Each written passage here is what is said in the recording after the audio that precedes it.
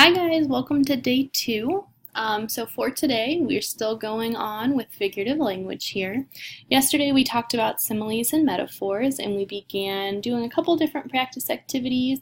We even created a pop-up book to practice with those similes and kind of have a good visual as far as incorporating some of our artistic skills with that as well, and our kinesthetic for kind of creating something with our hands. For today, we're going to talk about 2 new types of figurative language. The first one that we're going to talk about is alliteration. Alliteration is actually the repetition or the repeating of an initial consonant sound in nearby words. So when I say that, they're going to be, when I say consonants, I'm talking about words like that start with B or S or R, okay? So Benjamin bounced the ball in the backyard. So you can kind of hear there that I'm repeating or using the repetition of the letter B. Benjamin bounced the ball in the backyard.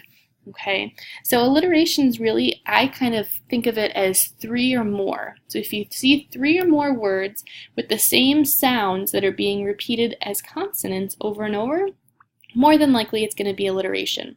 Now when you see alliteration, this is typically going to be seen with poems, and it's also seen with like rap music, I kind of think, because those alliterative words are actually going to have lots of flow with it, okay? So it really kind of sounds fluent when you're reading it together.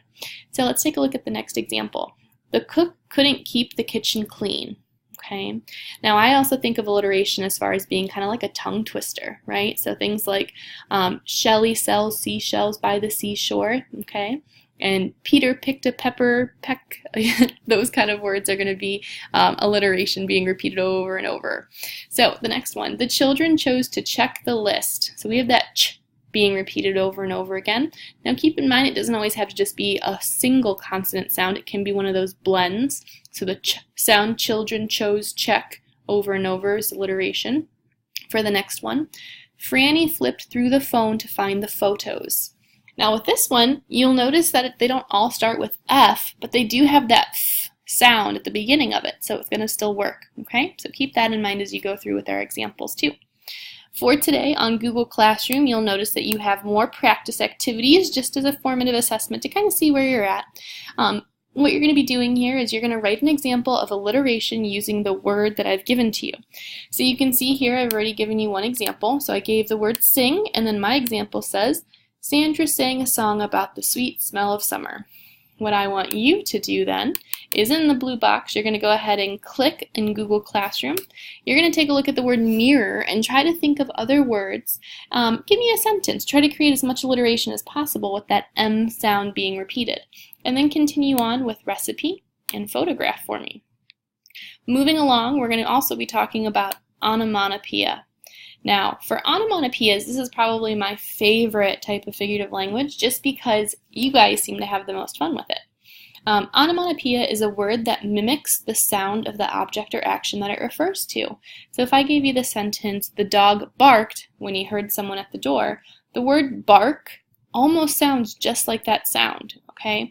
So whenever you're hearing a word that mimics the sound that it's referring to, that tells you it's an onomatopoeia, okay? And oftentimes you'll notice them, especially with exclamation points around it. The next example I gave you, the bridge collapsed with a tremendous boom. So boom literally sounds just like the word boom. Down below, they buzzed through the garden. So buzzed, that Z kind of sound, you can kind of hear it there. Jenna's heels clacked on the kitchen floor. So clack is kind of mimicking that sound of maybe a heel hitting that hardwood floor as well.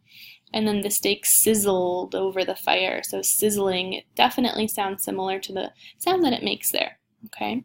What I did for your activity today on Google Classroom paired with your alliteration practice, you'll notice that I gave you a poem. So it says here, read the poem below and change the font of the onomatopoeia words from blue to white.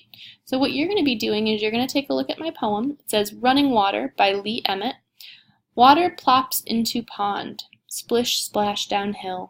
Warbling magpies in tree, trilling melodic thrill. Whoosh, passing breeze. Flags flutter and flap. Frog croaks, bird whistles, babbling bubbles from tap.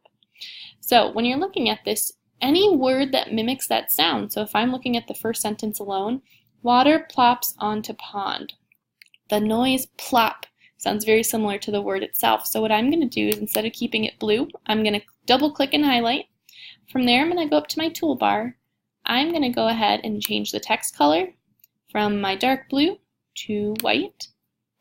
And that's going to indicate that this is an onomatopoeia word. Okay, so what I would like for you guys to do is, in Google Classroom here, you can kind of see we have day 2 set up for you. We have a video, if you wouldn't mind checking it out. This is one that you guys seem to really enjoy. Prior 4th graders have definitely liked it. It's called Hit 'em with the Onomatopoeia. So it's rap based, however, see how many times onomatopoeia is used within the video. If you can come up with a good number for me, I think maybe we can give you some kind of prize here. Okay, so see if you can count how many different types of onomatopoeias. Guava Juice is the name of the rapper in the video. See how many times he says an onomatopoeia for us. I do have my presentation notes here that you just heard, that we've kind of been writing down in our interactive notebook. In addition to that, this is that activity that I want you to go into. You'll have your own copy assigned to you, and that's where you'll be working on this poem and our alliteration practice. Okay. Once you've completed that, I have another little task for us. Today we're going to be working on tongue twisters. Okay. So when we're talking about alliterative words, we're definitely talking tongue twisters. Okay. So mix a box of mixed biscuits with a boxed biscuit mixer. If you're looking at that, you can kind of see that I'm using a combination of sounds at the beginning here. I'm using the M, mix, mixed, mixer, and I'm using the B, box, biscuits, boxed, biscuit. So those sounds are going to be repeated over and over. Keep in mind they must be consonant sounds. Okay, that's the really big takeaway here. They should be consonant sounds. Another one I gave you, a good cook could cook as much cookies as a good cook could cook cookies. So I have the C's and I have just a couple G's that are being repeated again, but the C's are the big one. The cook could cook cookies are really going to get you. And then down below, a big black bug bit the little blue beetle, but the little blue beetle bit the big black bug back. So lots of those words are going to be repeated, as you can kind of hear. And the sounds, as far as the B and the L, will go for the little.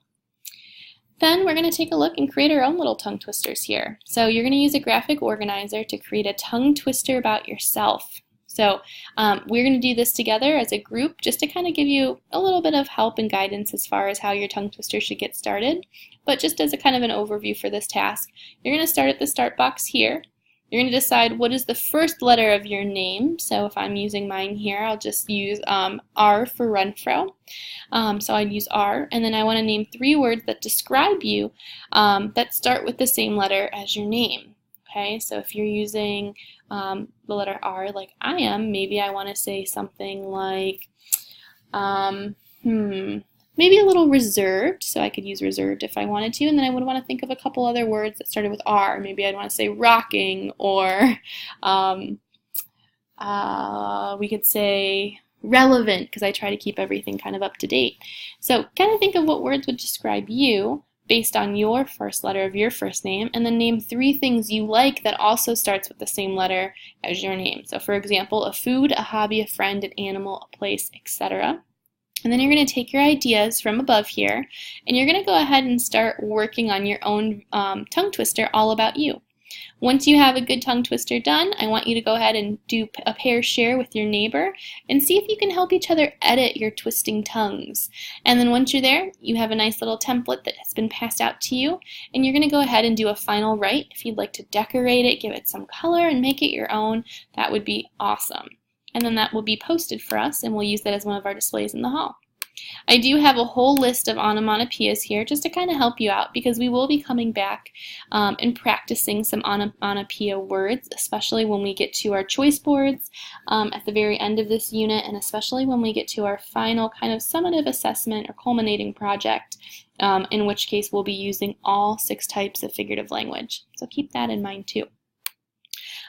So that's going to be kind of the overview as far as what we're doing for day 2 today.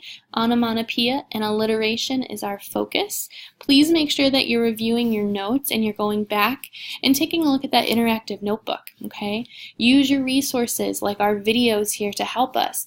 Onomatopoeia is such a fun way to include sound effect and those sensory items in stories, in music. So keep that in mind too as we're working forward with figurative language. Okay, thanks guys.